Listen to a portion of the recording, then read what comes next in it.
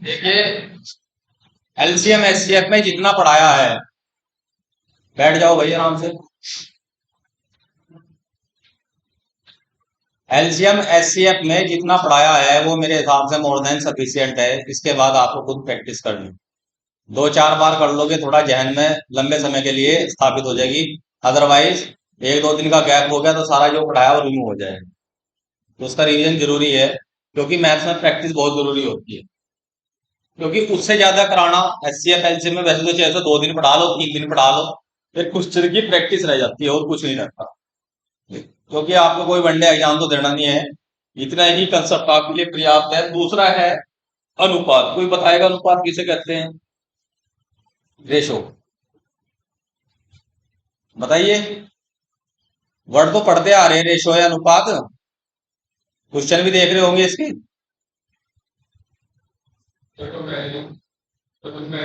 Comparison.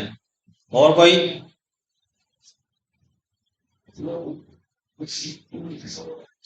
देखिए, जो अनुपात होता है, सबसे पहले बात तो यह है कि जो अनुपात निकालते हैं सजातीय वस्तुओं में निकालते हैं। सजातीय वस्तु हो, संख्या हो, कुछ भी हो। ऐसा नहीं है कि हमें दे दिए कि 2 घोड़े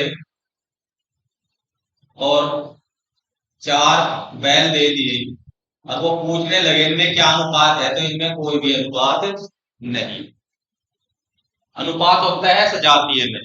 हाँ, अगर वो पूछे इनकी संख्या में क्या अनुपात है, फिर हम लिख सकते हैं कि 2:4 या 1:2। समझ रहे? दूसरा, रेशो एक तो सजातीय में होता है, दूसरा इसका कोई मात्रक नहीं होता। मात्रक नहीं होता, उसका भी कारण है। मान लिया एक कमरा है, उसकी लंबाई 10 फीट और चौड़ाई 8 फीट है। वो पूछ लेगी इन दोनों में क्या अनुपात है। अनुपात का मतलब रेशो। तो हम क्या करेंगे, 10 फीट ऐसे लिख देते हैं, अनुपात को लिख सकते हैं ना ऐसे भी। फीट से फीट कैंसिल, क्या बचा 10/8। जैसे कोई हम 10:8 या 5:4। क्या इसमें फीट इनके साथ चला? चला नहीं ना। क्योंकि अगर किसी ने 12th में बीमाएं पढ़ी हो, फिजिक्स में है, वहां बीमाएं इसी तरह निकालते हैं। वहां पे जो उनकी यूनिट्स होती हैं वो कैंसिल हो जाती हैं। जैसे हम पढ़ते हैं चाल बराबर क्या मात्रा होता है, दूरी बटे समय। और हमसे पूछे कि चाल का मात्रक क्या है, कैसे निकालते हैं? आर बोले में दूरी का मात्रक मीटर और समय का सेकंड। तो मात्रक इसका हुआ मीटर पर सेकंड, जो आपको ऐसे लिखा हुआ कहीं भी बुक में मिल जाता है। मात्रक निकालने का हमारे जितने भी फार्मूले होते हैं उन्हीं से ही हम मात्रक निकालते हैं। लेकिन जब अनुपात की बात आती है, क्योंकि दोनों मात्रक सेम है, हमने कहा सजातीय चीजों में ही अनुपात निकलता है। अब जब न्यूमरेटर में भी सजात वही चीज है और डिनोमिनेटर में भी, तो उसकी यूनिट जो है हमारी कैंसिल हो जाती है।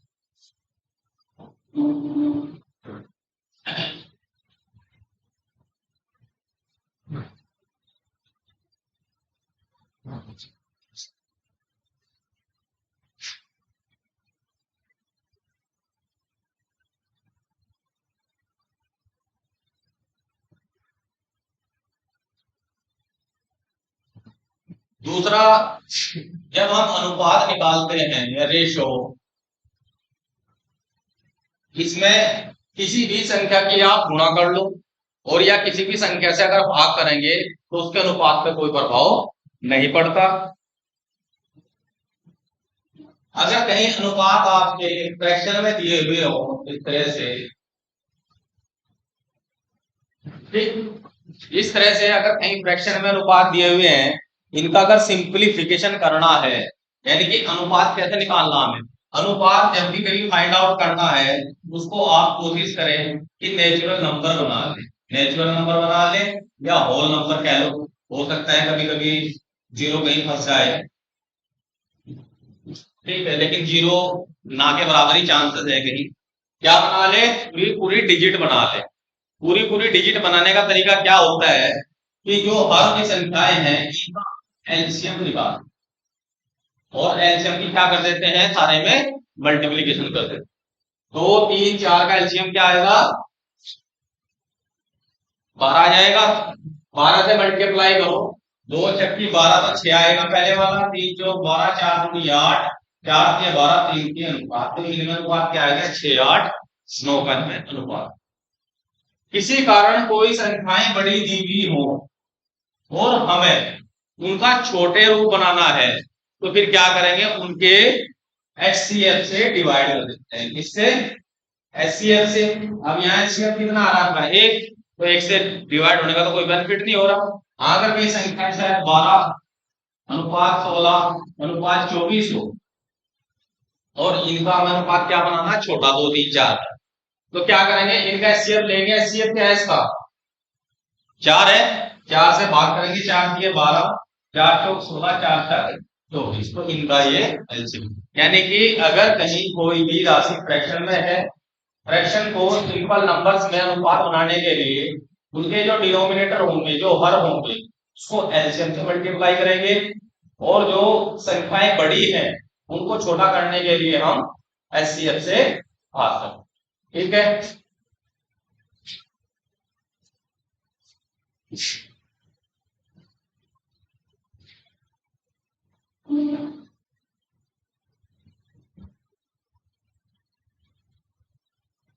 एक वर्ड है अनुलोम अनुपात और एक है प्रतिलोम। इंग्लिश में तो मुझे पता नहीं क्या कहते हैं, लेकिन इतना तो सभी को पता होगा क्योंकि हिंदुस्तान के ही बच्चे हैं, तो इंग्लैंड से तो आएंगे। इस प्रति का मतलब हमेशा उल्टा होता है। इतने भारत साइड से है कोई 12th पास,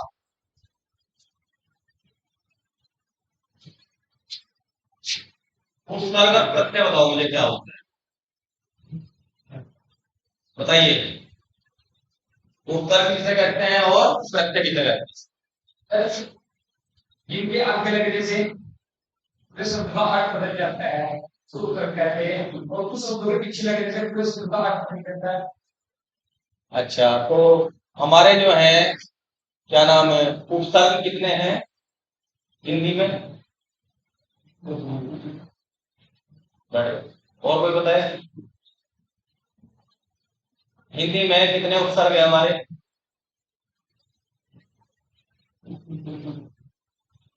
चलो कोई बात नहीं, मेरे हिसाब से जो हिंदी में उपसर्ग है शायद 20 से 21 है। उपसर्ग होता है जो पहले लगता है, प्रत्यय होता है बाद में। प्रति जो है इसमें एक क्या है, उपसर्ग है, जिसका मतलब होता है उल्टा या विपरीत, ठीक है। क्योंकि अगर हमें उपसर्ग के अर्थ पता हो ना, तो बहुत शब्दों का हम अर्थ निकाल सकते हैं। कुछ ऐसे वर्ड हैं, एक है अभिमुख। अभिमुख का मतलब क्या होता है,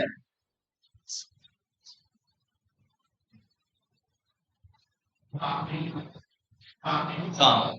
अभी का मतलब होता है सामने भी होता है और विपरीत भी होता है, लेकिन जब अभिमुख बन जाता है तो सामने बैठा होता है वो। एक होता है अधो, अधो का मतलब नीचे, ठीक है। तो इस तरह के प्रतिलोम यानी कि जो उल्टा होता है उसको प्रतिलोम बोलते हैं।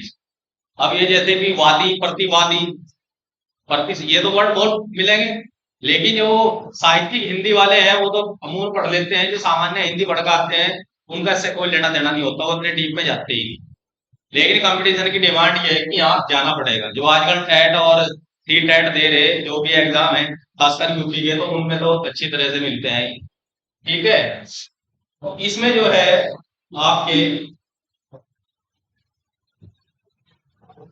अनुलोम अनुपात और प्रतिलोम अनुपात का मतलब क्या है यदि कोई दो संख्याएं ऐसी हों या दो राशि जैसे कि चार बराबर दूरी बटे समय, ये फार्मूला है। ये फार्मूला क्या बता रहा है कि अगर दूरी बढ़ जाए, चाल बराबर दूरी बटे समय है ना, तो चाल और दूरी एक दूसरे के अनुलोम है, दूरी बढ़ने के साथ साथ चाल भी बढ़ जाएगी। समय बढ़ने के साथ चाल घट जाएगी। तो ये दोनों राशि अनुलोम अनुपाती है और ये दोनों राशि प्रतिलोम। समझ में आई? अगर एक चीज के बढ़ने से दूसरी चीज बढ़ती है तो वो अनुलोम अनुपात में है, और अगर एक चीज के बढ़ने से दूसरी चीज घट जाती है तो वो प्रतिलोम है। जैसे बरसात बारिश होने से ह्यूमिडिटी क्या होती है, बढ़ जाती है, तो वो अनुलोम अनुपाती है। ठीक है। और अगर कोई ऐसे है कि जैसे मान लिया बरसात होने से क्या और प्रभाव पड़ते हैं, कोई ऐसी चीज हो जो घट जाए, बताइए। बरसात होने से टेम्परेचर घट जाता है तो वो क्या हुआ, प्रतिलोम अनुपाती हुआ।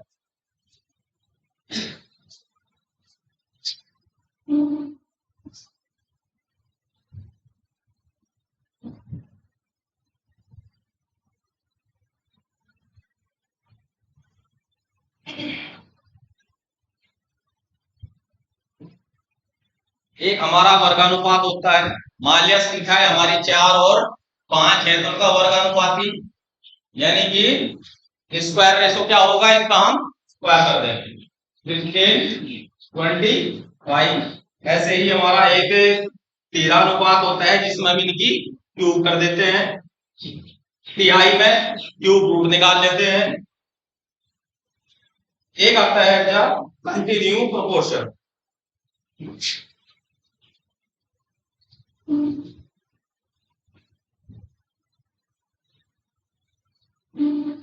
Continue proportion,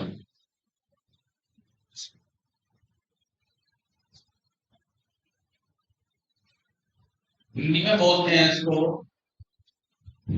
वित्तानुपात। जो सुविधा लगे वो कर लेना।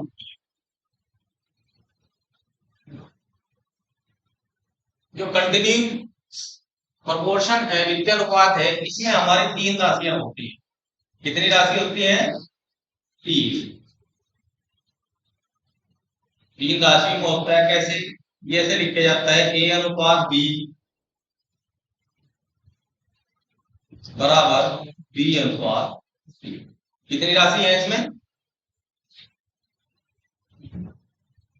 कितने अल्फाबेट आ रहे हैं इसमें, 3 आ रहे ना, यानी कि इसमें 3 राशियां। इस तरह अगर हो, इसको हल करने का तरीका क्या होता है, ए अपॉन बी बराबर बी अपॉन सी, इससे निकलेगा ये बी स्क्वायर इक्वल टू ए।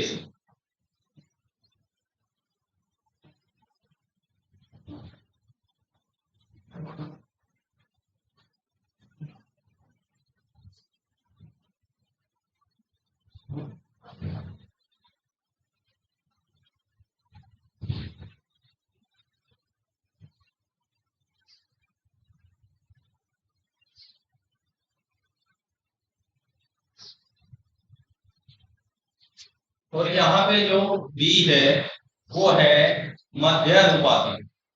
ये एग्जाम में पूछ लेता है कभी कभी, मध्य अनुपाती को कहा गया, मध्य में बीच में, और ये बीच में ही पड़ रहा है, बीच में है ना, इसलिए इसको मध्य अनुपाती हम कहते हैं।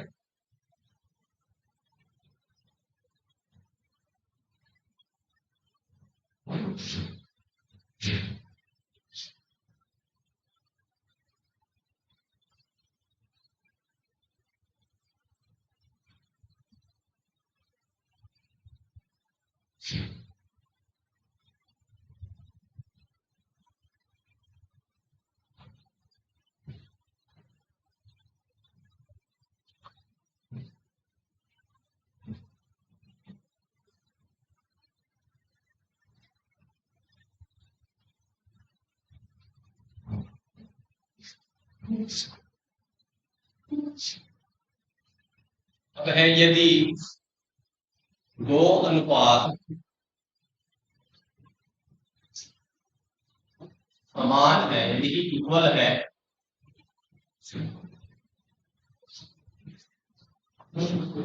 तो उनके चारों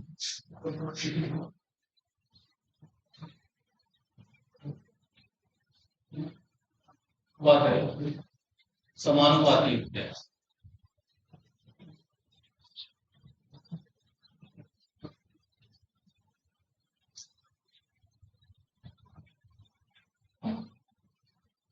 तो कैसे लिखे जाते हैं? सपोज करो एक अनुपात ए अनुपात बी है और एक दूसरा अनुपात सी अनुपात डी है, और वो कहे कि दोनों जो अनुपात है बराबर है, दोनों अनुपात क्या है? बराबर है। तो चारों को हम क्या कह सकते हैं कि चारों क्या है? समानुपाती है। इसको ऐसे लिखते हैं ए अनुपात बी और सी अनुपात डी। ठीक है, ये जो दोनों है इनको बोलते हैं मध्य अनुपात। क्या बोलते हैं? मध्य अनुपाती। इसको बोलते हैं चतुर्थ अनुपाती। कभी कभी एग्जाम में इनको पूछ लेता है चतुर्थ अनुपाती। और इनके लिए एक रूल है, क्या? बीच वालों के दोनों की गुणा दोनों बाहर वाले गुणा के बराबर हो। ये सूत्र हमारे काम आएगा जब इस तरह के हम कुछ निकालेंगे, यानी कि बाहर वालों की अलग से गुणा बराबर अंदर वालों की गुणा। अगर इसको हम बेसिकली भी देखते हैं, ये अनुपात बी को ए अपॉन बी लिखते हैं और इसको हम सी अपॉन डी लिख दें, क्रॉस मल्टीप्लीकेशन करें तो बी सी बराबर क्या आ रहा? एडी भी आ रहा। ठीक है, क्योंकि क्या होगा, वो कभी कभी इनमें से कोई एक नंबर वो नहीं देगा तो उसकी वो वैल्यू निकालेगा, वो हम निकालेंगे इनकी क्रॉस मल्टीप्लीकेशन करके। क्योंकि आपका जो यूपीएससी में क्वेश्चन देता है वो ऐसा नहीं देगा कि स्पेशल आपको अनुपात का दे दे या एलसीएम का दे दे या परसेंटेज का दे दे, वो मिक्स कर देगा। मिक्स क्या करेगा? उसमें आपको परसेंटेज भी निकालनी पड़ेगी, उसमें अनुपात भी निकालना पड़ जाएगा, यानी कि दो तीन तरह की जो है हमें चीजें एक ही क्वेश्चन में यूज करनी पड़ जाएगी।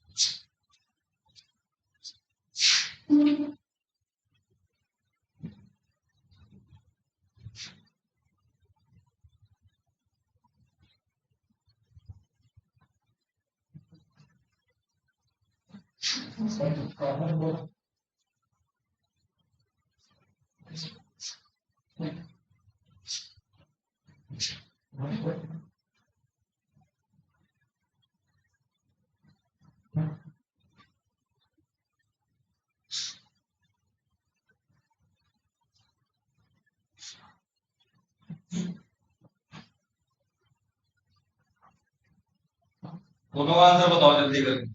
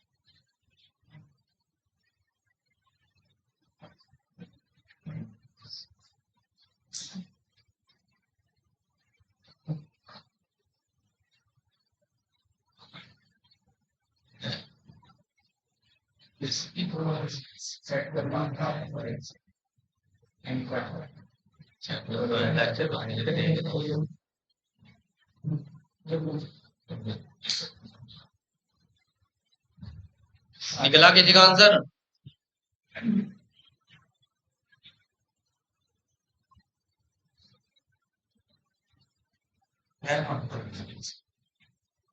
ठीक है, करने का तरीका वही है, 3/5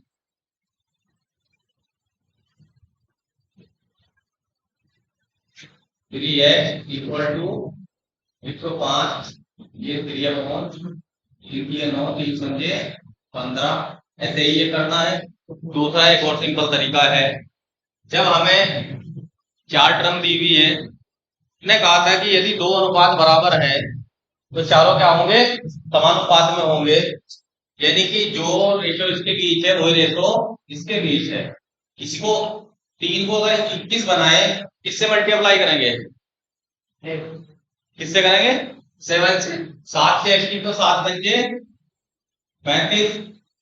यहां जो रिलेशन, अब देखिए कई तरीके से निकल जाता है, 3 सत्ते 21, 5 सत्ते 35। अब 7.1 का गुना 2 14.2 है, ये किसका दुगुना 2.18 होगा? 1.4 का। ठीक है, ऐसे भी कर सकते हो, ऐसे भी कर सकते हो, जैसा जी करे वैसे कर लो।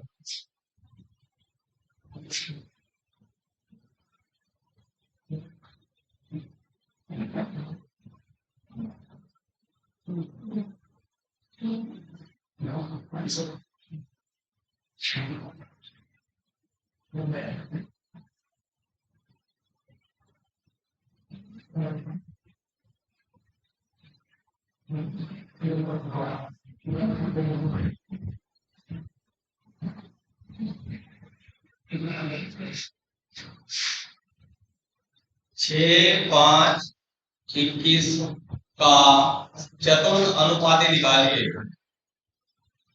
चतुर्थ अनुपाती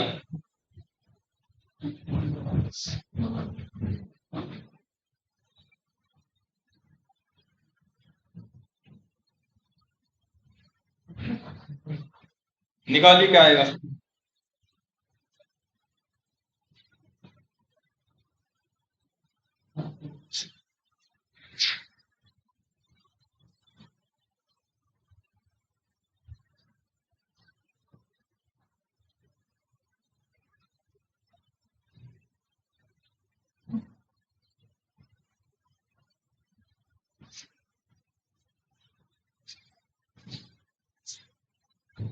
आठ 5 2.5 का प्रथम अनुपाती और इसका चतुर्थ अनुपाती निकालना।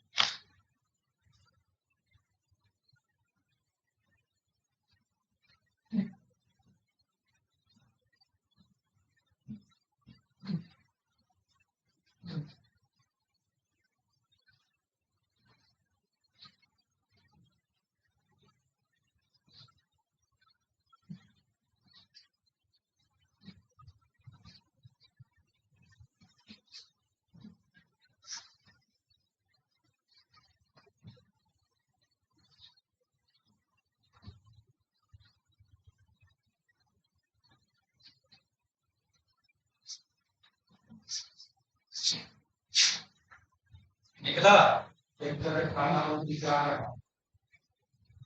क्या आया इसका 118 और इसका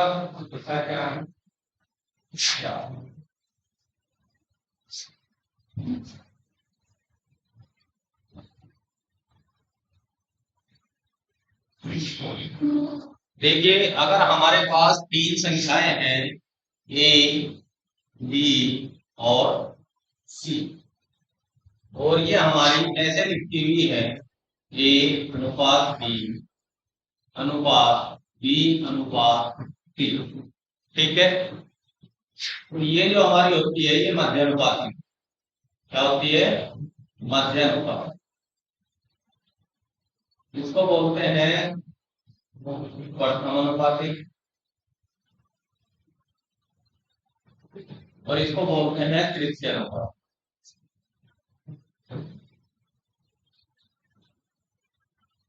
ठीक है। और अगर हमारी चार संख्याएं ए बी सी डी ऐसे लिखी हुई हो ए अनुपात बी अनुपात सी अनुपात डी ठीक इसको प्रथमानुपाती इसको द्वितीय सेकंड इसको थर्ड और इसको चतुर्थ या फोर्थ अनुपाती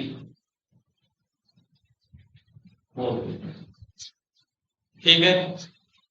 तो उसने क्या है अगर वो कहीं ये फॉर्मेट दिया हो होता तो प्रथमानुपात इसके साथ निकालते लेकिन उसने फॉर्मेट में तीन संख्याएं दी हुई सिर्फ रेशियो उसने शो नहीं किया उसने चतुर्थ अनुपात की पूछा है तो यहां रखेंगे x यहां मान लेंगे जब प्रथम पूछा है तो x यहां मान।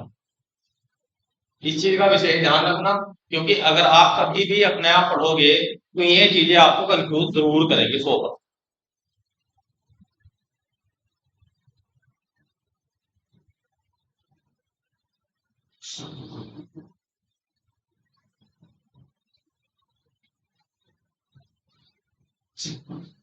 और एक और क्वेश्चन कॉम्पिटिशन में आते हैं कि x अनुपात y इक्वल टू 4:5 तब जो है हमें 5x माइनस 3y अनुपात 6x प्लस 3y का हमें मान निकालना।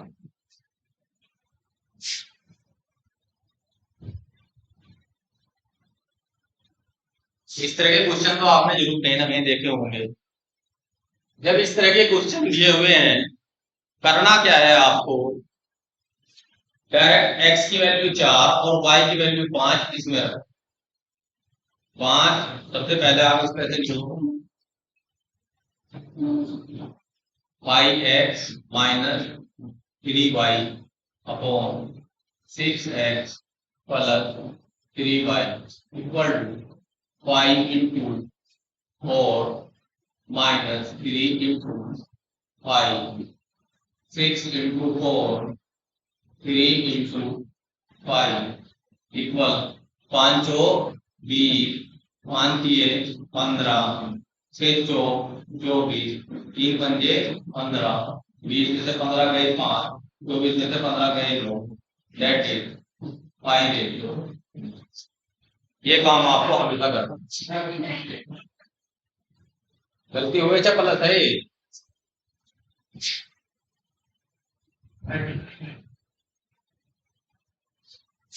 ठीक है। जब भी इस तरह से दिया हुआ हो तो क्या करना है हमें उनकी डायरेक्ट वैल्यूज में आप पुट कर दिए ठीक है। वैसे तो डायरेक्ट हम करते हैं लेकिन एक्चुअल में अगर हमें करना चाहिए हम x इक्वल टू 4k मानेंगे और y इक्वल टू 5k मानेंगे तब वैल्यू रखेंगे और k आएगा यहाँ पे कैंसिल आउट हो जाए क्योंकि एक्चुअल में x की वैल्यू ना तो 4 है ना y की वैल्यू 5 है सिर्फ ये रेशो दिया हुआ है अगर हम ये रेशो को एक्चुअल में हटाए तो x इक्वल टू 4k और y equal to 5k exact मान सकते हैं। लेकिन कंपटीशन में अगर आप ऐसे भी कर रहे हैं तो चल सकता है, लेकिन एकेडमिक में ऐसे नहीं कर। ठीक है।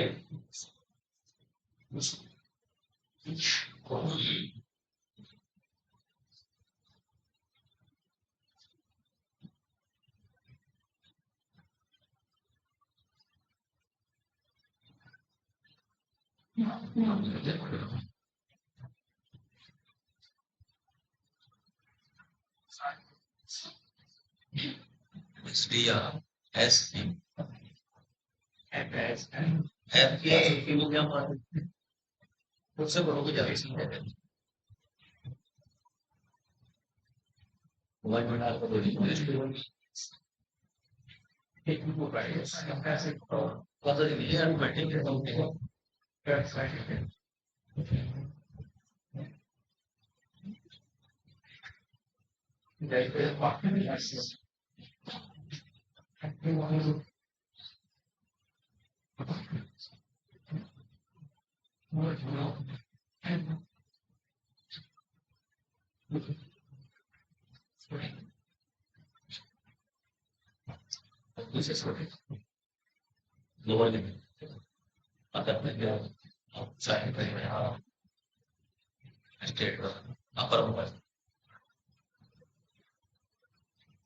दोनों साइड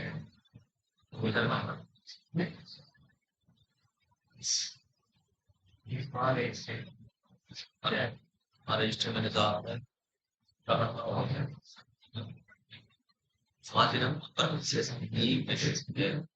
अगर स्टेट की एंट्री अदरवाइज किसी भी जॉब में है।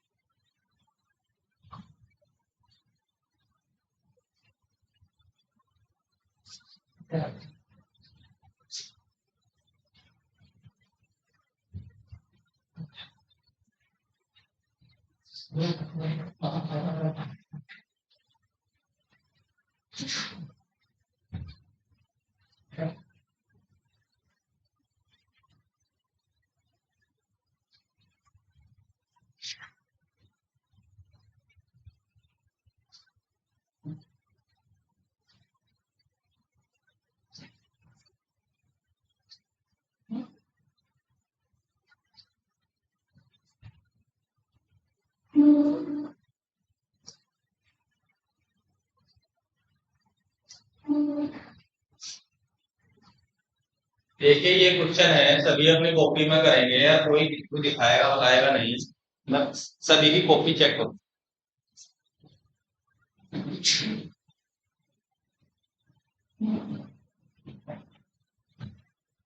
कोई चीटिंग करता हुआ ना पाए।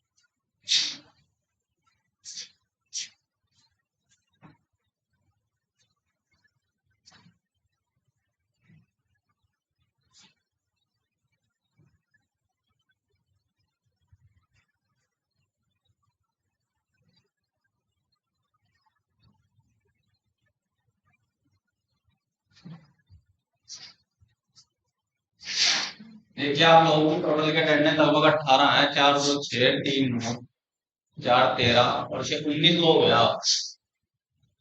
19 में से ये मान के चलो कि बस 9 ही इसे कर पाए, 10 लोगों ने इसको नहीं किया। जबकि बहुत ही बेसिक क्वेश्चन है, छोटा क्वेश्चन। अब एक तो सबसे बड़ी समस्या क्या होती है, जब हमें बने बनाए मिलता रहता है, आराम तक बैठा खाए रहे, क्योंकि बिल्कुल सेफ जोन में जो भी आ रहा जैसा भी आ रहा कोई दिक्कत नहीं। अच्छा पढ़ाए या बहुत अच्छा पढ़ाए या बिल्कुल बेकार पढ़ाए, हमने कुर्सी पकड़ ली, कोई दिक्कत नहीं। लेकिन जब बात आती है कि कोई हमारा हमारा जो काम है उसको देखेगा, तब थोड़ा सा घबराहट पैदा होती है। अब मैंने कहा कि सभी की कॉपी देख, ठीक है, मुझे आइडिया लग गया कि क्या अप्रोच है, क्या कंडीशन। एक्चुअल में ऑनलाइन क्लासेस और ऑफलाइन क्लासेस में सबसे बड़ा डिफरेंस यही है कि जो ऑनलाइन क्लासेस होती है उसमें वन साइड कम्युनिकेशन, पढ़ाने वाला एज ए वक्ता पढ़ाता रहता है। अब अगला कितना उसको ग्रैंड कर रहा है वो पता नहीं चला। लेकिन क्या है कि आजकल ऑफलाइन क्लासेस ऐसी हैं कि वो ऑनलाइन मोड में, क्या एकेडमिक है क्या कंपटीशन की है। टीचर अपने मंच को छोड़ के बच्चों के पास जाकर देखना नहीं है। और जब तक बच्चे कॉपी नहीं देखेगा तो वो कैसे एनालिसिस करेगा कि जो मैंने पढ़ाया वो बच्चे सीख रहे हैं या नहीं सीख रहे, क्या लेवल। तो ये इंटरेक्शन बहुत जरूरी है। आगे जब आप पेडागोगी पढ़ोगे, टीचर के लिए कभी पढ़ना, एक इंटरेक्शन होता है, अंत क्रिया जिसको बोलते हैं, एक टीचर और स्टूडेंट के बीच में। टीचर को चाहिए कि वो हर बच्चे के माइंड को रीड कर सके। एक्चुअल में ये है, औरों का तो मुझे पता नहीं, लेकिन मुझे अपना पता है कि मैं क्लास में बैठे बच्चों को पता लग जाता है कि कौन ग्रहण कर रहा है या नहीं कर रहा है। देखिए इसमें मैं क्वेश्चन में समय क्यों लगा रहा हूं, ये जो इशू अभी आया कि क्या घटाया जाए, ये मात्र यहीं तक सीमित नहीं, ये कई चैप्टरों में आपका ये कंसेप्ट चलेगा। ये जो माइनस करने का प्लस करने का कंसेप्ट है, ये चाहे आगे आपका विस्तरण का है वहां भी काम आएगा, और दूरी और चाल का है वहां भी आएगा, जो काम समय चाल समय है मजदूरों का जो काम होता है वहां भी काम आएगा। जब टंकी के पाइप के वो पढ़ोगे ना, टंकी खोल दी जाए टंकी बंद कर दी जाए, वहां भी काम आएगा कि एक मजदूर ने 3 दिन काम किया, एक छोड़ के चले गया, शेष काम को कितना लोग कर लेंगे। ठीक है कि एक कैंप में जो है 1000 सैनिकों का खाना था, कुछ सैनिक छोड़कर चले गए, कितने सैनिक बचे वे कितने दिन और खाना खाएंगे। तो इस तरह के जितने भी क्वेश्चन हैं उनमें ये चीजें फिर आपके काम आने वाली, इसलिए थोड़ा इस पर ध्यान जरूर दिया। देखिए सबसे पहले क्या होता है, हम क्वेश्चन को अच्छी तरह से नहीं पढ़ते। जब क्वेश्चन को अच्छी तरह से नहीं पढ़ेंगे नहीं समझेंगे तो हम करेंगे कैसे। हालांकि हमें क्या करना होता है मैथ में, वो जैसे जैसे कह रहा था वैसे ही तो करना है, अपना तो कुछ अलग से नहीं लगाना। उसने कहा ससरा और अनुपात 19 के प्रत्येक पद से क्या घटाया जाए। ये भी पद है और ये भी एक पद है। पद का मतलब तो पता है ना, टर्म। भाई एक टर्म ये होगी एक टर्म ये। उसने कहा कि प्रत्येक टर्म में से क्या घटाया जाए, क्या पूछ लिया तो उसको एक्स मान लो। ठीक है कि हम एक्स घटाएं कि अनुपात ये आए, यानी कि इस अनुपात से क्या बन जाएगा, ये अनुपात। ठीक है जी, करना क्या है, जब भी इस तरह का अनुपात हो उसको फ्रैक्शन में लिख लो आप। ये क्या है, 17:19 है, इसको आप लिख लो 17/19। वो ये कह रहा कि प्रत्येक पद में से, इसमें से भी और इसमें से भी क्या घटाऊं, क्या आ जाए, 5/7। तो यहां से भी हम x घटा देंगे और यहां से भी हम x घटा देंगे। ये हमें इस तरह की प्रमेय बनानी है। एक क्या बनानी है, इक्वेशन बन यार, बन गई ना इक्वेशन। इसके बाद क्या करना है, इसके बाद बच्चों की तरह गोलियां खेलनी, कच्चे खेलनी, क्रॉस मल्टीप्लीकेशन, एडिशन, सब्ट्रैक्शन, अंतर आपका देगा। ठीक है, क्रॉस मल्टीप्लीकेशन का मतलब इसकी इससे और इसकी इससे काट दो, ऐसे काट दो, वो साइड में कैसे भी। 17 सत्ते 119 -7x, 19×95 -5x। हैबिट बनाओ कि जो x की वैल्यूज होती हैं उसको इक्वल साइन से लेफ्ट साइड ही लाए। क्यों लाए, क्योंकि बाद में डिवाइड करना अमूमन पड़ता ही है, तो इसलिए जो x की वैल्यू है उसको लेफ्ट साइड में लिया है। यहाँ क्या है, ये -7x है, इसको इधर लाएंगे +5x, इक्वल न्यूमेरिकल वैल्यू को आप राइट साइड ले जाइए, -119 -7x और +5x कितने होंगे, कितने होंगे, -2x इक्वल टू 24, माइनस से minus cancel, x equal to 24/2 यानी कि 12 आपका आंसर। क्योंकि आगे क्वेश्चन ऐसे आएंगे कि एक भिन्न दी हुई है, उसके अंश में से क्या घटाया जाए कि अनुपात ये रह जाए, जो भिन्न दी उसके अंश में से x घटाओ बराबर जो अनुपात है वो बन जाएगा। या कहे कि एक भिन्न दी हुई है, उस भिन्न में से के अंश में से या हर में क्या जोड़ें क्या घटाएं कि भिन्न ये प्राप्त हो। अंश में जोड़ने घटाने कह रहा है तो वहां कर दो, हर में कह रहा है तो वहां कर दो, जैसा कहे वैसा अपना कान दबा के कर लेना, अपना दिमाग ज्यादा मत लगाना।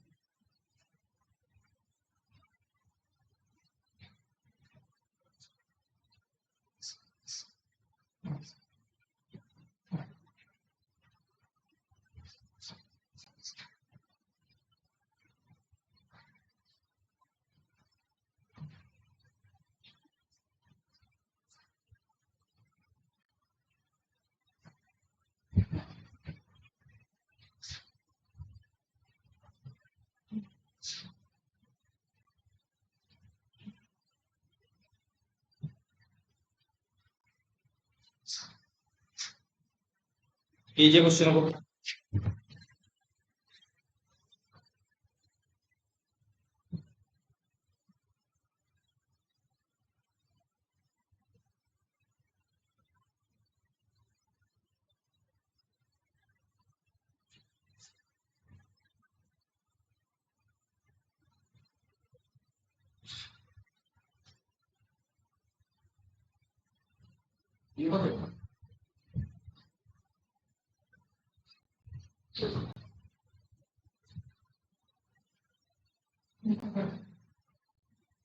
क्या आंसर आया?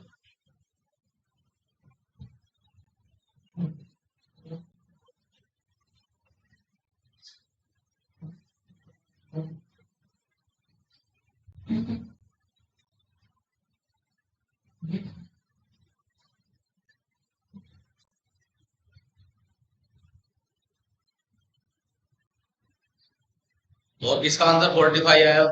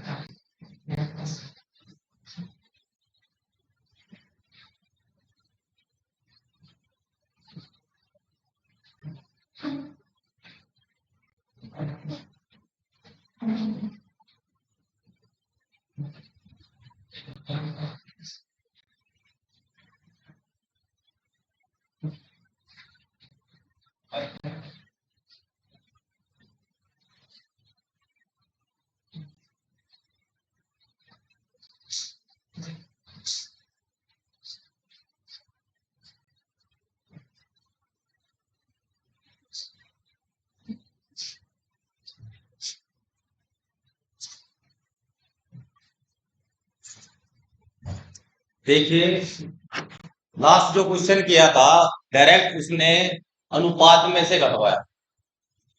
ठीक है, ये वो 17:19 था कि प्रत्येक पद में से क्या घटाया जाए, तो जो हमारा नया रेशो ये बन गया। लेकिन यहाँ इस बार इसने पद ना दे करके संख्या दे दी। अब क्या एक्चुअल में ये संख्याएं हैं? ये मार्क्स आपका सिर्फ अनुपात।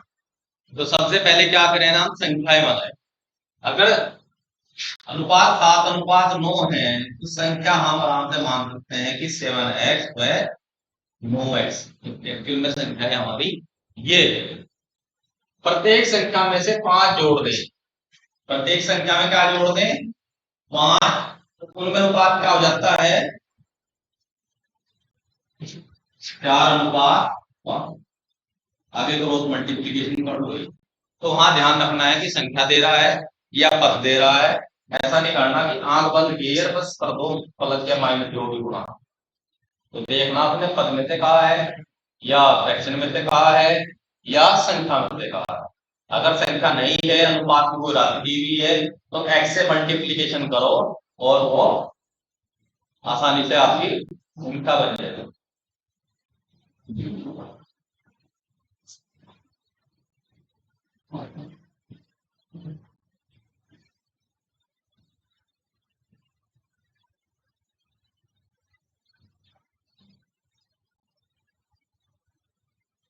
हमारे हिंदी में जितने भी चर होते थे उनको हम क्या कह गए मानते थे। पहले जो बुक्स में कहीं आप लोग पाते थे मिल गए क्या कह गए थे हम। अंग्रेजी में ABCD मान लेते, लेकिन क्या हुआ ABCD हमारे जो मानने गए ओनली तो बोलते हैं कांस्टेंट टर्म के रूप में यूज होने लगे। ठीक है, वेरिएबल क्या माने XYZ, और उसमें भी दुनिया में सबसे ज्यादा वेरिएबल यूज कौन सा हुआ हमारा x। ठीक है, ये x है। अगर ये x को ऐसे बना दे तो सिर का दर्द हो गया। कैलकुलेशन में पता लगा हम ही उलझ कर आएंगे भाई, अगर कहीं मल्टीप्लीकेशन यूज है तो इस x का यूज नहीं कर सकते। फिर हम यूज किसका कर रहे हैं, हम इसका कर रहे हैं। अब इसका बेचारे का स्टूडेंट क्या कर रहे हैं, ये अपने आप में सबसे मुश्किल वर्ड है अल्फाबेट में स्मॉल लेटर में एक्स बनाना। एक्चुअल में अगर आपको वास्ट एक्स बनाना है तो कैसे बनाओ, ऐसे करके ऐसे बनाते हैं। ठीक, इसमें भी क्या हो रहा, बहुत से तो से नहीं सीट रहे, नहीं पता लग रहा कि एन है या एक्स है। ठीक है, कुछ का ऐसा हो जाता है कि आपस में एक दूसरे को रोक कर देते हैं। तो इस एक्स की प्रैक्टिस जरूरी है, बहुत जरूरी, क्योंकि हम ज्यादातर यूज करते हैं यही। अब इसे अगर हम उठाया कर बनाने लगे, हम किसी काम कर रहेंगे तो आप बार ऐसा है चलो जी ऐसे तो बनाना हम, तो एक तो मुश्किल काम है एक्स का ही बनाना होगा। क्योंकि अगर कहीं किसी क्वेश्चन में आपको एक्स भी मिल गया और भाई साहब एन भी मिल गए, तो कंफ्यूजन ये नहीं पता होगा कि एन कौन सा है आपको थोड़ी देर बाद और एक्स कौन सा है।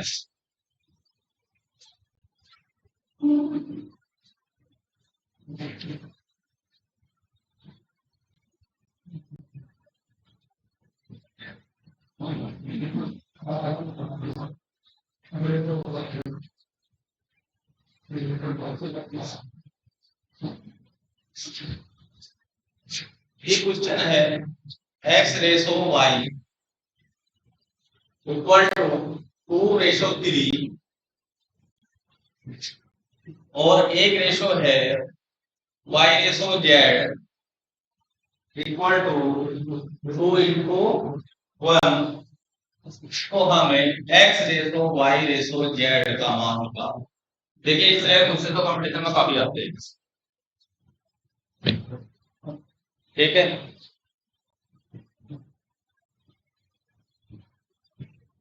आप लोगों में से फिलहाल वही निकाल सकता है जिसने पहले निकाला हुआ है, अदरवाइज ये नहीं निकलेगा।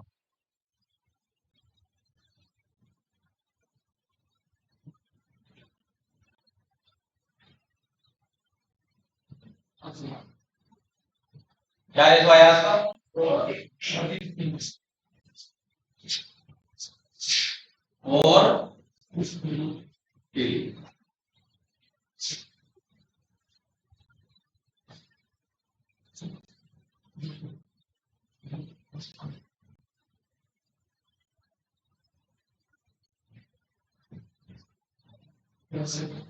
देखिए इसके लिए जो फॉर्मूला है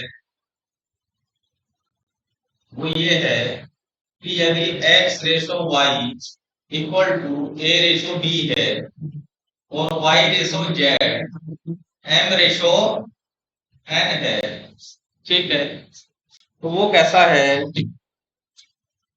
कि x/y रेशो जो z होगा वो क्या होगा ma/mb/n।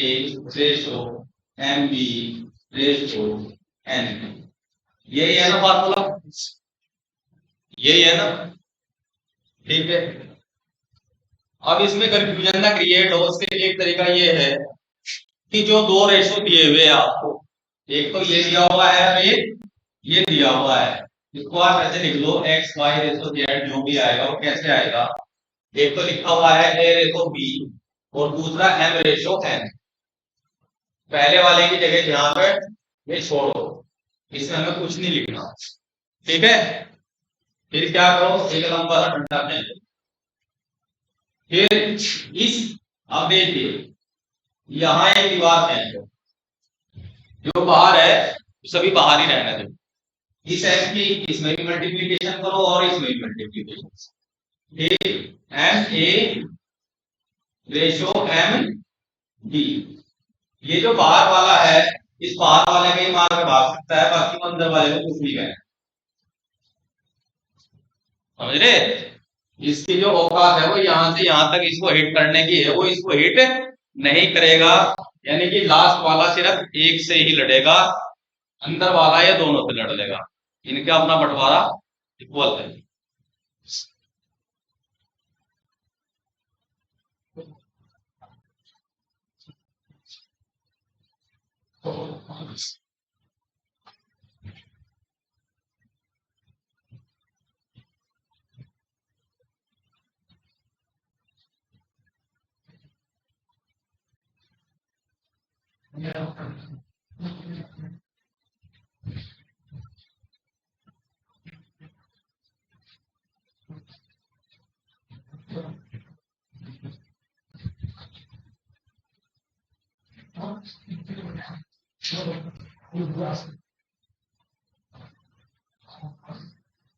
ये क्वेश्चन समझ में आ गया अब कैसे होगा?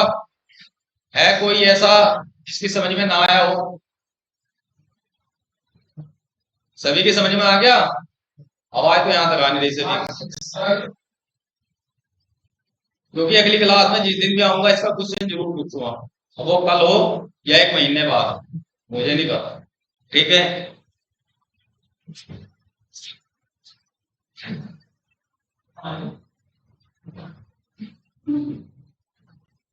X ratio Y 2:3, Y ratio Z कितना था? 2:1।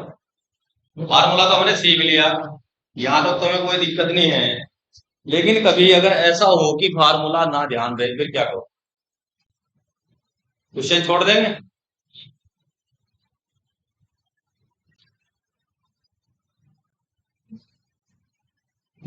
हम थोड़ा सा इसका सीखने की कोशिश करते हैं एक्चुअल में है क्या। यहां भी दो है, यहां भी दो है, पूछ रहा है वो 3 नंबर। ठीक है? अब 3 नंबर में अब समझो क्या है, एक्स और वाई का रेशो दिया, यहाँ वाई और जेड। कॉमन कौन सी चीज है हमारी? ये वाई कॉमन। ठीक है? तो क्यों ना हम वाई जो दोनों अलग अलग दिए हुए हैं इनका एलसीएम निकाल लें। जो कॉमन है हम क्या निकाल लें उसका? 2 और 3 का एलसीएम क्या आएगा? 6 आ गया ना? ठीक है? लिख लो आप दोबारा के लिए, 2:3 और 2:1 इस तरह से तो हो गया ना। जिनका एलसीएम कितना आया? 6। इसको भी 6 बनाए। जब यहाँ 2 से गुणा करेंगे तो यहाँ भी करनी पड़ेगी ना हमें, इसे भी 6 बनाना। अगर यहाँ 3 से गुणा करेंगे तो यहाँ भी 3 से करेंगे ना। 2×4, 3×6 और 3×9। ये इसका बेसिक कंसेप्ट है जो किसी बुक में नहीं है। फार्मूला तो सब जगह मिलेगा, लेकिन ये बेसिक कंसेप्ट कहीं नहीं मिलने का है क्या भाई? जब हमें पी का रेशो निकालना, वाई की वैल्यू एक ही तो रहेगी। ये थोड़ी कि वाई के हम यहाँ 3 रखे हैं या 2 रखे हैं, कंफ्यूजन करेंगे नहीं। अगर ये 2 रुपए है तो ये 3 रुपए है। ये कह रहा है कि अगर ये 2 रुपए है वाई, यहाँ वाई को 3 रुपए बता रहा है, यहाँ वाई को 2 रुपए बता रहा है। हम झगड़ा ही समाप्त कर देते हैं इनका। हम एक ऐसी वैल्यू बना ले जो कॉमन हो जाए, उस कॉमन के ही प्रोपोर्शन में फिर इसको बढ़ाएंगे या घटाएंगे, और इसको भी हम बढ़ाएंगे घटाएंगे। सीधी बात है, दोनों की जो वैल्यू दी हुई है उसका एलसीएम ले लो और डिजिट इनकी वही एलसीएम बना करके, इसमें जिसकी जरूरत हो, जैसे कि सिंपल जब तक हमें एलसीएम नहीं पता था भिन्नों को कैसे जोड़ते थे? हर बराबर करके। कैसे करके? हर बराबर करके। तो जो एक्स वाई को अगर मैं एक्स अपॉन वाई लिखूं तो वाई एक हर ही तो है, हर बराबर करना इसका। लेकिन यहाँ हर है और इसका ये अंश है, अंश या हर इस तरह से बराबर करने। ये सिंपल फार्मूला ये है कि 2:3 दिया हुआ है और 2:1 चलो 2:1 दिया हुआ है, दोनों वाई की वैल्यू है, इनका आपको एलसीएम निकालना है। ये आपका बिल्कुल बेसिक कंसेप्ट ये दिया हुआ है। तो पहले वाला पसंद है, ये वाला पसंद है? ये एवरग्रीन है, जैसे आजकल उसकी चल रही ना ये बैटरी वाली गाड़ी, जो कोई पोल्यूशन नहीं होता। तो ये एक ऐसा कंसेप्ट है जो कि भूलने की चांस भी कम है और ज्यादा पछड़े में नहीं पड़ना, कम में ही काम चल जाएगा।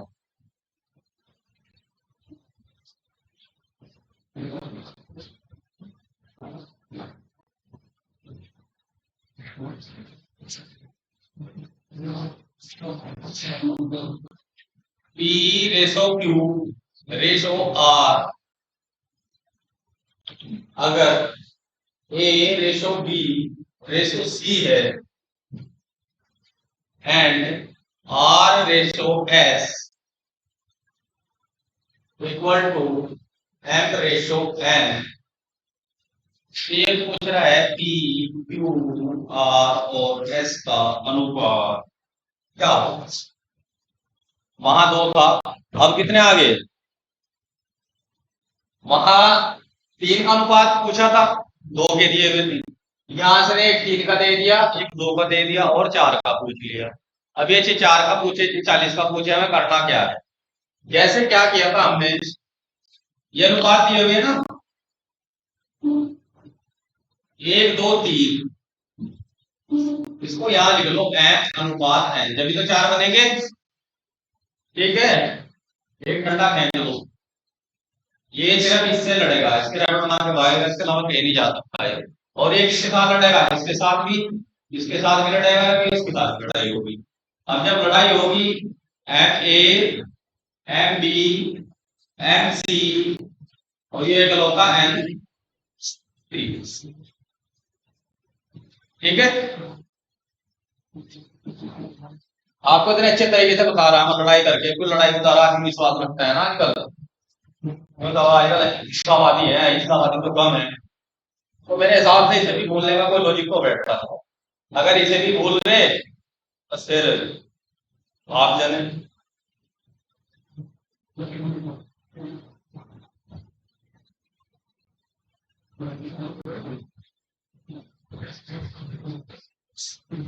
चलिए आगे, A ratio B equal to 1:4, B ratio C equal to 2:1, P ratio D equal to 1:2, then you have to find out A ratio B ratio D ratio.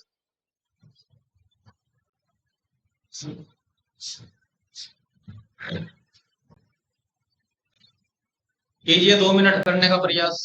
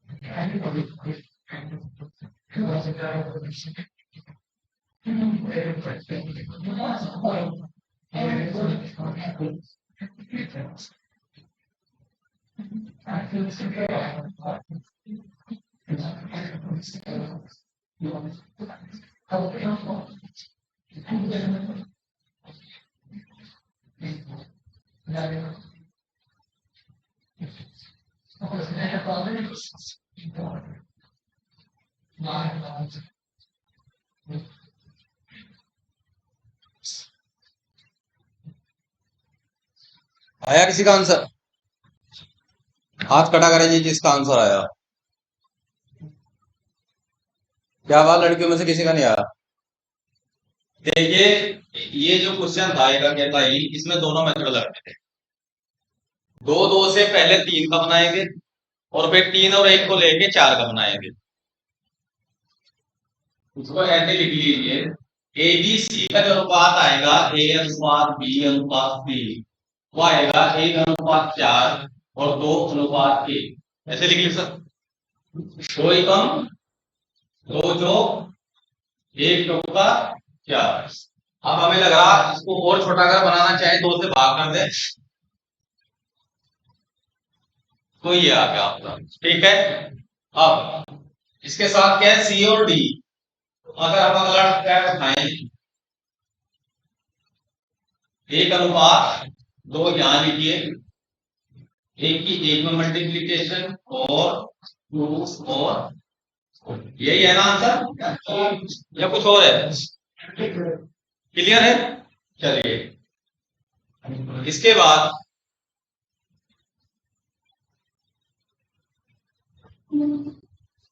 A ratio B कितना दिया हुआ है, बताओ जल्दी। 1:4। 1:4। बी रेशो सी क्या दिया हुआ है, 2:1। सी रेशो डी क्या दिया हुआ है, A B B C C D कितना दिया हुआ है, 1:2। 1:2। अब इसको कोशिश करते हैं हम बेसिक कंसेप्ट से द्वारा। अगर हमें निकालना है ए रेशो बी रेशो सी, तो उसको लिख दो 1:4 और 2:1।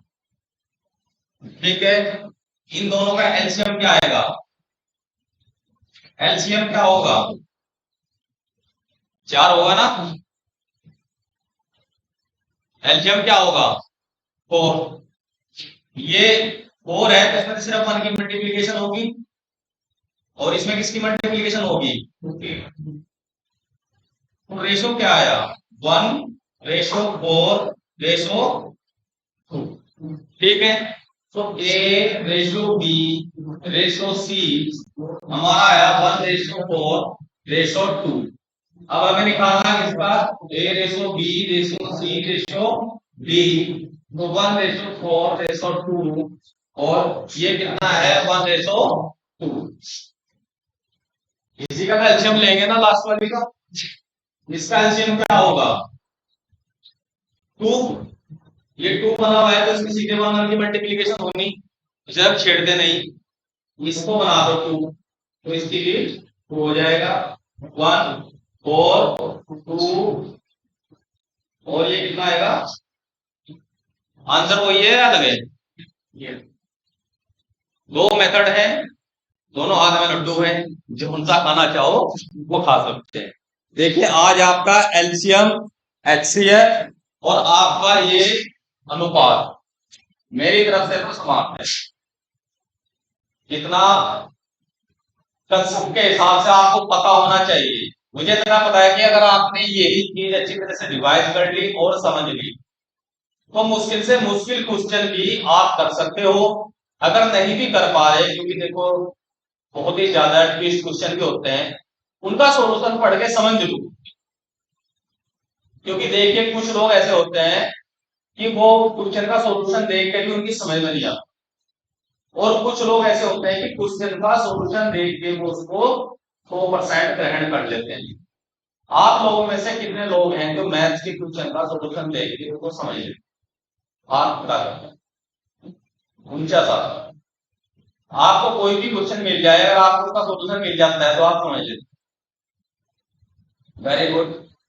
देखिए ये मैटर है सिर्फ अर्थमेटिक का, लेकिन जब बात आती है हायर क्लासेस की, बीएससी और एमएससी, आप लोगों में तो कोई बीएससी पास आउट है? पीसीएम मास्टर डिग्री तो किसी के पास नहीं होगी, है किसी के पास? सब्जेक्ट एमबीए,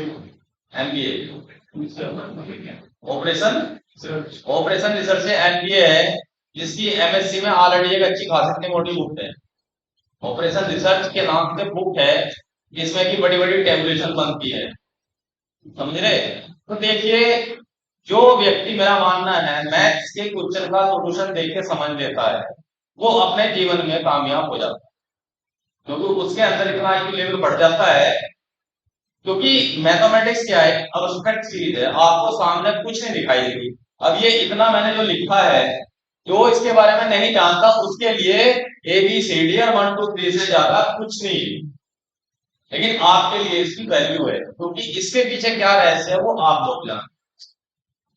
इस उम्र में आपको, मेरे साथ साथ 18 से लेके और 22 23 के बीच आपकी एज है, एक आधा तो रेयर केस में होता है कि 17 का भी हो और 25 का भी हो, आपके अंदर सबसे ज्यादा एनर्जी हो, यानी कि एक एनर्जेटिक ब्लड है। आपकी उम्र में जब हम भी कभी थे, हम थकना सब नहीं जानते थे कि हम थक गए। अगर ऐसा भी होता था कि थक गए तो बैटरी रिचार्ज जल्दी हो जाती है, समझ रहे? तो आपके अंदर जितना भी स्टेमिना है उसको आप पढ़ाई में लगाइए, अपना शेड्यूल बनाइए, कुछ भी पढ़िए, चाहे आप अखबार ही पढ़िए, लेकिन एटलीस्ट 8 घंटे तो पढ़िए ही पढ़िए। 8 घंटे से ज्यादा तो सो मत, और 8 घंटे पढ़िए। कितने हो गए? 8 8 16, 3 4 घंटे आपके यहाँ पे हो गए, 16 4 20, 4 घंटे तो फिर भी हंसमुख मिलने को मिलेगा। 7 8 घंटे पढ़ के भी आप डीएम तक बन सकते हो, लेकिन कंडीशन है कंटिन्यूटी। अगर एक हफ्ता पढ़े, 2 दिन ब्रेक, रिजल्ट सुनते हैं, कंटिन्यूटी रखनी पड़ेगी। कंटिन्यूटी रख के अगर अखबार भी पढ़ते रहे ना, तो वो भी आपका GSPR करा देगा। वर्तमान में जो लोक सेवा आयोग है, चाहे वो जिला स्टेट का लोक सेवा आयोग है, चाहे वो संघ का हमारा है लोक सेवा आयोग, उसमें अब जो पैटर्न हो गया जीएस का वो डिस्क्रिप्टिव हो गया। इसमें आता है, लिखने में आता है, और लिखने का मतलब क्वेश्चन ये तो पूछ, मान लिया आपसे क्वेश्चन वो ये तो पूछने का कि हिमालय पर्वत की संरचना कैसे हुई, वर्णन कीजिए, ठीक है? अगर आपकी लेखनी में दम है और थोड़ी सी नॉलेज है, उस क्वेश्चन को कितने अच्छी तरह प्रेजेंट कर दोगे कि मार्क्स मिलेंगे। लेखनी आप अच्छी नहीं है, लेखनी राइटिंग की बात नहीं कर रहा, मतलब सिस्टमेटिक लिखना कहते हैं, कंटेंट सारा पता है, वो विषय का होगा। तो अब लेखने की स्किल कहां से डेवलप होगी? या तो वो यूट्यूब से होने, या तो कोई बहुत अच्छा संस्थान हो जो कंटिन्यू आपकी ट्रैक करे, कहाँ जो मिस्टेक्स है वो आपको बताए, या फिर सबसे बेहतर होता है पके पकाया जो आपको मिलता है, वो मिलता है पेपर का संपादक। संपादकीय में जिस तरह से वो लिखते हैं, जैसे वर्डों का यूज करते हैं, उन्हें समझने का प्रयास करें।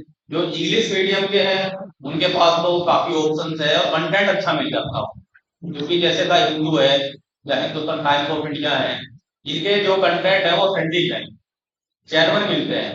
अगर मान लिया हम लोकल का दैनिक जागरण या अमर उजाला इस तरह के पढ़ेंगे, उसमें इतना अच्छा मटेरियल नहीं मिलता, ना ही इतने अच्छे मुद्दे मिलते हैं। लेकिन ऐसा ना हो कि यार इंग्लिश तो हमारी समझ में आती, अरे हिंदी के पढ़ने का फायदा मुझे, तो क्या हुआ, हम न्यूट्रल हो गए। लेकिन एक ध्यान रखना, समथिंग बेटर देन नथिंग। अगर आप कुछ भी नहीं कर रहे, एटलीस्ट अमर उजाला को डेली आप आधा घंटा दीजिए। 3 पेज है, फ्रंट पढ़िए, इंटरनेशनल पढ़िए, और जो मिडिल का संपादकीय है वो पढ़ लीजिए।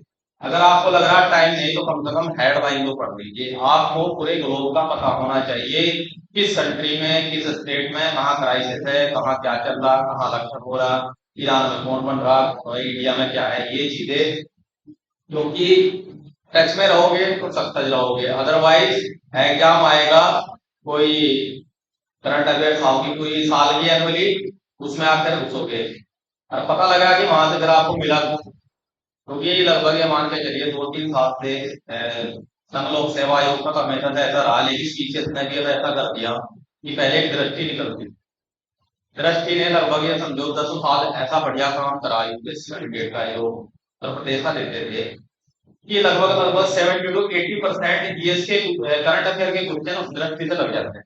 बच्चे क्या है कि 15-20 दिन में, वो 1 महीना पहले निकलती थी, 15-20 दिन में उसको खाली को रगड़ के घोड़ के जाते थे, वो काम हो जाता था। लेकिन पिछले 2-3 साल से वहां से क्वेश्चन नहीं आ रहे, वहां से उसने थोड़ा डाइवर्ट करके घटना चक्र पे आ रहा है। ये घटना चक्र आती है करंट की, वो वहां से दे रहा है। लेकिन मैं इन दोनों में से किसी का सुझाव नहीं दूंगा। करंट्स की जो इवेंट्स है अखबार से पढ़िए, एक बार आपने सब अखबार में पढ़ लिया, ठीक है। इवेंट्स आई, न्यूज देख रहे, टीवी देख रहे, एक बार वो वहां से रिवाइज होगी। कहीं कोचिंग जा रहे हो सकती है कि एक बार वहां रिवाइज हो जाए, फिर कोई पत्रिका लिया आपने, वो वहां भी मिल गई। जब वो 4-5 बार आपकी नजरों से निकल गई तो वो आपके कंठस्थ है, यानी कि जो क्वेश्चन वो पूछता है वो आपके माइंड में कंटिन्यू चलना चाहिए। हैबिट बना लो, कंपटीशन कोई सा भी लो, एटलीस्ट रोज अखबार पढ़िए, पेपर देखिए, फिर क्या नाम न्यूज चैनल देखिए, 10 मिनट देखिए, 15 मिनट, यानी कि पता होना चाहिए कि क्या घटित है। इतना तो पता ही हो कि आज प्रधानमंत्री मोदी हिंदुस्तान में है या हिंदुस्तान से बाहर है, यही है या बाहर है, बताओ भाई।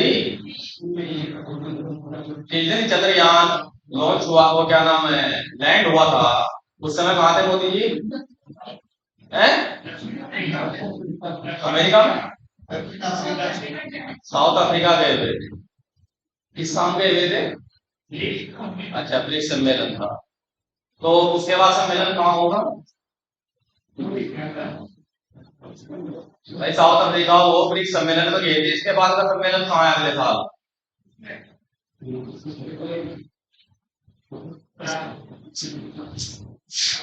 ब्रिक्स यही है ना? फुल फॉर्म पता है किसी को? क्या है? सूर्य के सम्मेलन का भी यही कर्म है भाई। जब साउथ अफ्रीका हो गया तो अगली बार कहाँ है? ब्राजील में होगा, उसके बाद इंडिया में होगा, समझ रहे नहीं? ये रोटेशन इनका चलता रहता है। अच्छा, वहां पे चंद्रयान में जो उतरा था उसका क्या नाम है? प्रज्ञान। जो लैंडर था वो क्या था? और जो रोवर है? अच्छा, विक्रम किसके नाम पे है? लैंडर और रोवर में डिफरेंस क्या है?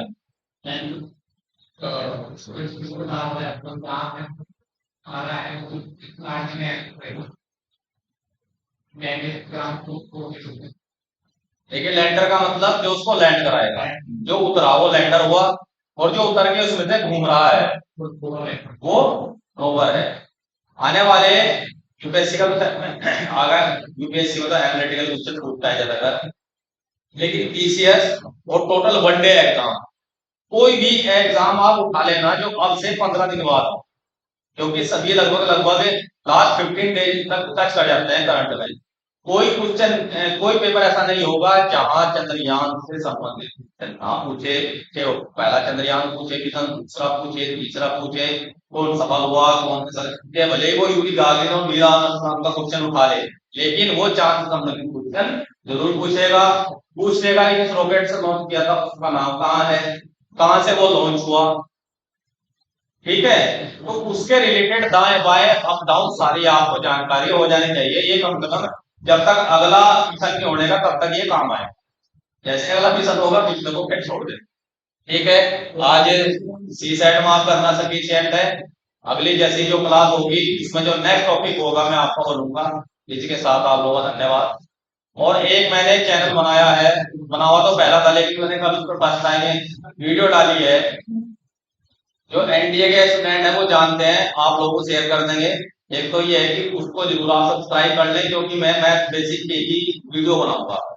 वो चाहे क्लास 3rd से लेकर 10th तक वो सारी मिक्स होगा इस तरह का।